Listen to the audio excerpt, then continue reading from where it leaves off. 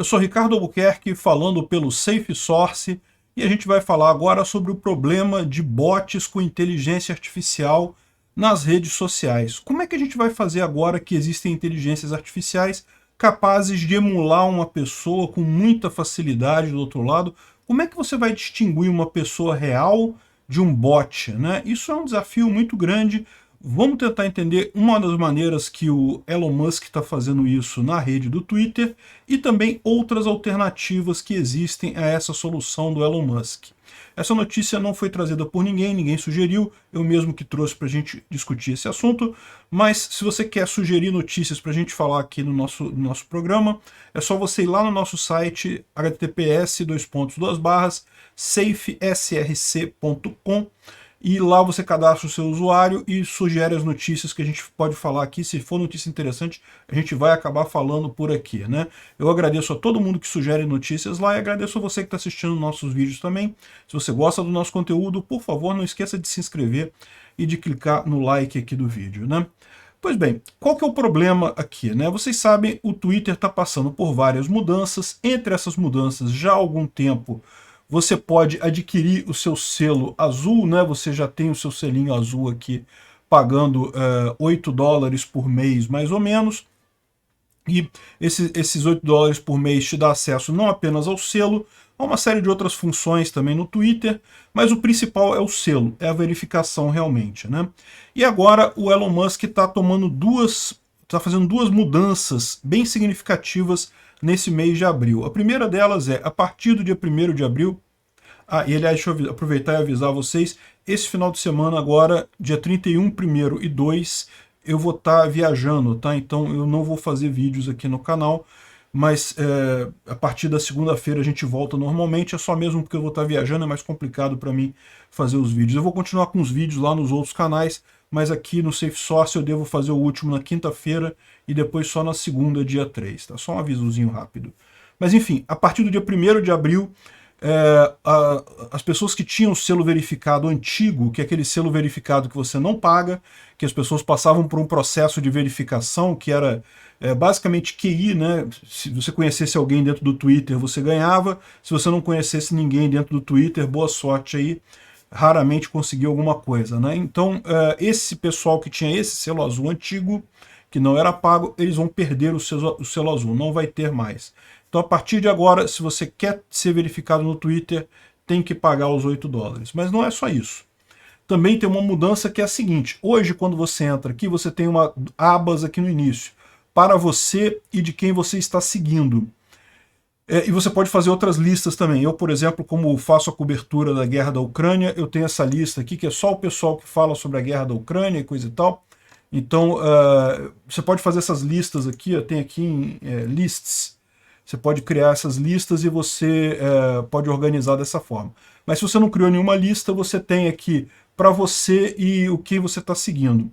E qual que vai ser a mudança agora? No para você, que seria, digamos, o seu feed principal, aquelas coisas que o Twitter acha que você quer ver, só vai ter gente com a marquinha. Então, por exemplo, o Gilson Marques aqui, o deputado Gilson Marques, eu sigo ele, mas ele não tem a marquinha, então aqui não vai aparecer mais, só vai aparecer se eu for naquelas pessoas que eu estou seguindo, porque aqui é realmente o pessoal que eu estou seguindo, independente de ter marquinha ou não, né? Aqui no feed principal, só quem tem marquinha que vai aparecer, né? E por que ele está fazendo isso, né? Muita gente está chateadíssima, achando que o Twitter agora acabou e coisa e tal, mas a explicação que ele dá é muito simples, né? Ele falou aqui nesse tweet dele.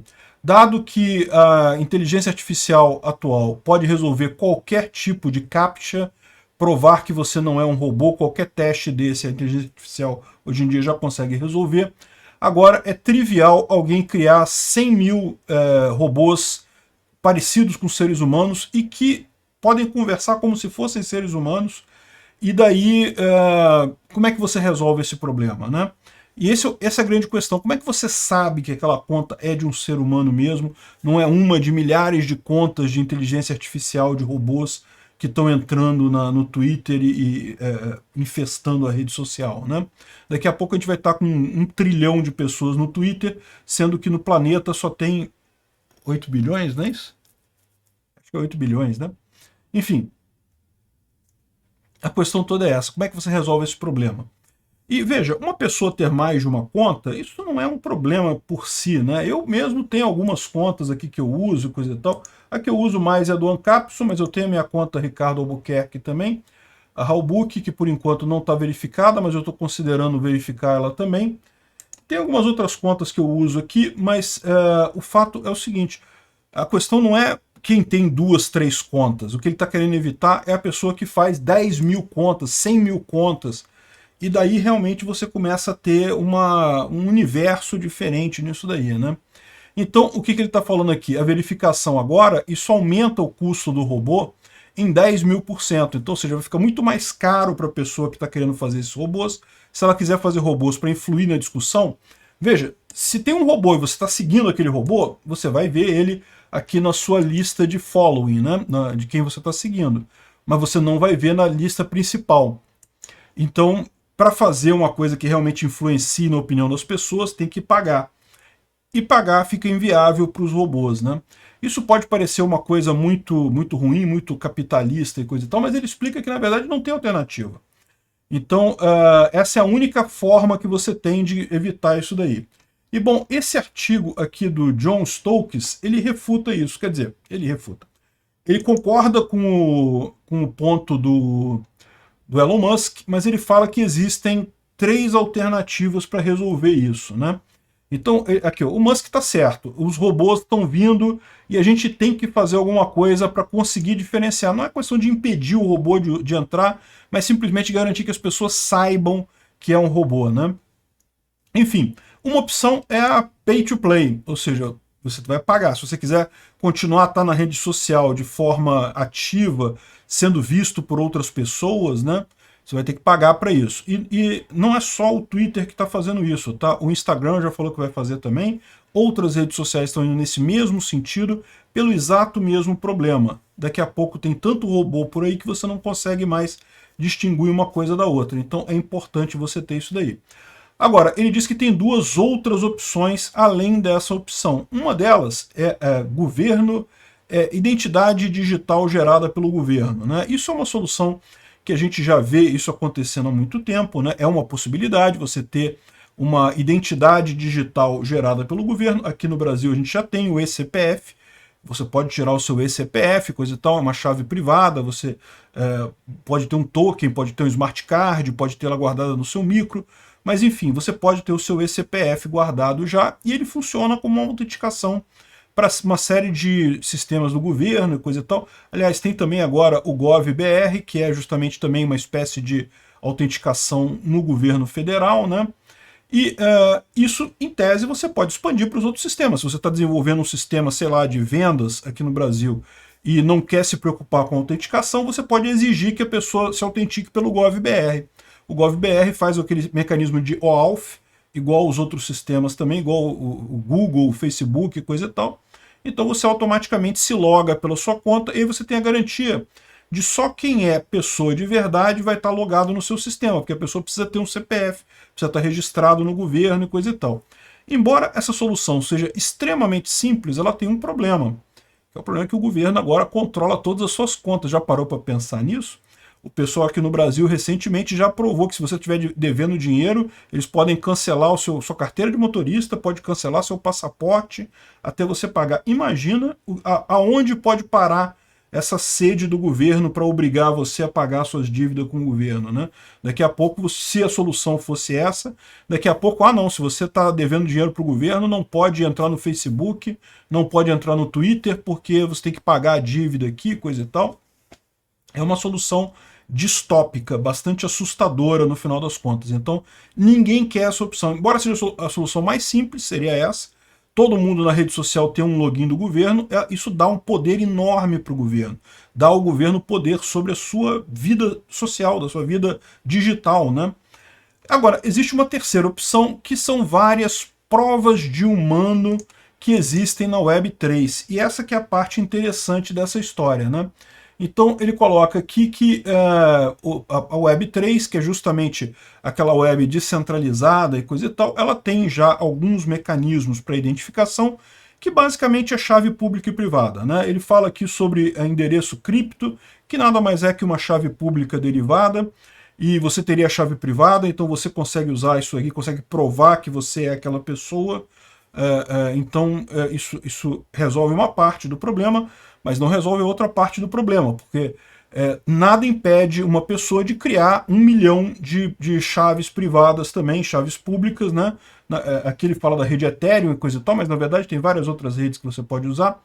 E de qualquer forma, o ponto central é esse, né? Você continua podendo ter milhares de identidades na web, então não resolveria o problema só a forma de autenticação que você tem na web. Mas aí você tem uma série de outras soluções aqui de prova de humanidade. Agora, exatamente o que são essas soluções aqui, né? Tem várias soluções aqui, a gente não vai entrar em cada uma delas, mas elas giram em torno de algumas opções, né? Uma delas é o uso de informação biométrica, como por exemplo o caso da WorldCoin, que ela lê a sua retina, né? Lê a retina a íris do olho, na verdade, e gera aí uma WorldCoin, uma identidade ali. Relacionamento humano, então as pessoas combinam de encontrar no lugar e cada uma certifica a outra, né? Isso aqui é um problema, porque em tese isso pode ser emulado, né? Para pensar, se você tem um monte de gente, você pode fingir que está fazendo isso com um monte de gente, você certifica outras pessoas, essas pessoas podem não ser verdadeiras, você pode estar mentindo, você pode estar dizendo que se encontrou com essas pessoas, mas não se encontrou, elas são robôs seus também. Enfim, tem uma série de formas de fazer isso, mas cada uma dessas formas tem alguns problemas, né? Os usuários podem carregar vídeos deles mesmos respondendo perguntas ou fazendo alguma tarefa requerida. E, de novo, aqui qual o problema que você tem nisso daqui? É que, do jeito que a inteligência artificial está rápida, para pensar, para eles fazerem um vídeo de uma pessoa respondendo dessa forma, não custa muito, né? Usuários fazerem testes cognitivos que ainda são muito difíceis para a inteligência artificial, é uma solução que pode ser verdadeira, mas por quanto tempo isso vai durar? Daqui a pouco você vai estar numa situação que a inteligência artificial já consegue fazer qualquer coisa que você imagine, né? Aquele negócio de identificar letra, por exemplo, já foi para o saco há muito tempo. As inteligências artificiais já resolvem isso muito rápido, né? Você pode ter um sistema de voucher, ou seja, em que cada pessoa certifica que a outra pessoa é uma pessoa real, né? Enfim, gráficos sociais e, enfim, um monte de parâmetros aqui que você pode usar para isso, mas a verdade é a seguinte, o receio dele é justamente que como nenhuma das soluções é completamente perfeita, ele está com medo que vai acabar na opção 3, ou seja, o governo emitindo a identidade digital. Isso seria a pior situação em qualquer caso, né?